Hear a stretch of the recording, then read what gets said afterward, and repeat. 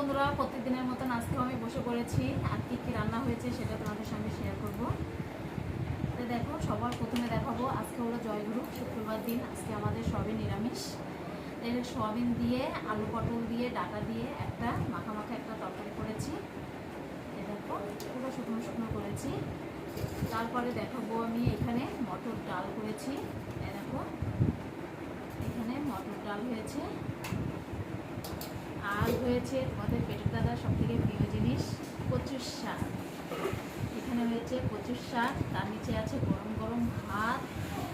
আর হয়েছে এখানে শসা কেটে নিয়েছি, স্যালাড শসা। আর এখানে পেয়ারা আছে, ফলটাও কেটে নিয়েছি পেয়ারা।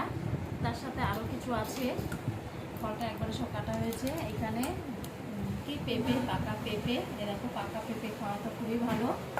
আর এখানে পাকা আম, যেহেতু আমি সিজন এখন, ওই জন্য আমটা তো এখন প্রত্যেকদিন আমাদের থাকবেই। আম, শসা এগুলো আছে, তাই সব একবারই কেটে নিয়ে বসে পড়েছি। এখন আমাদের ভাত বাড়া হবে, ভাতও সব দিয়ে নিয়েছি।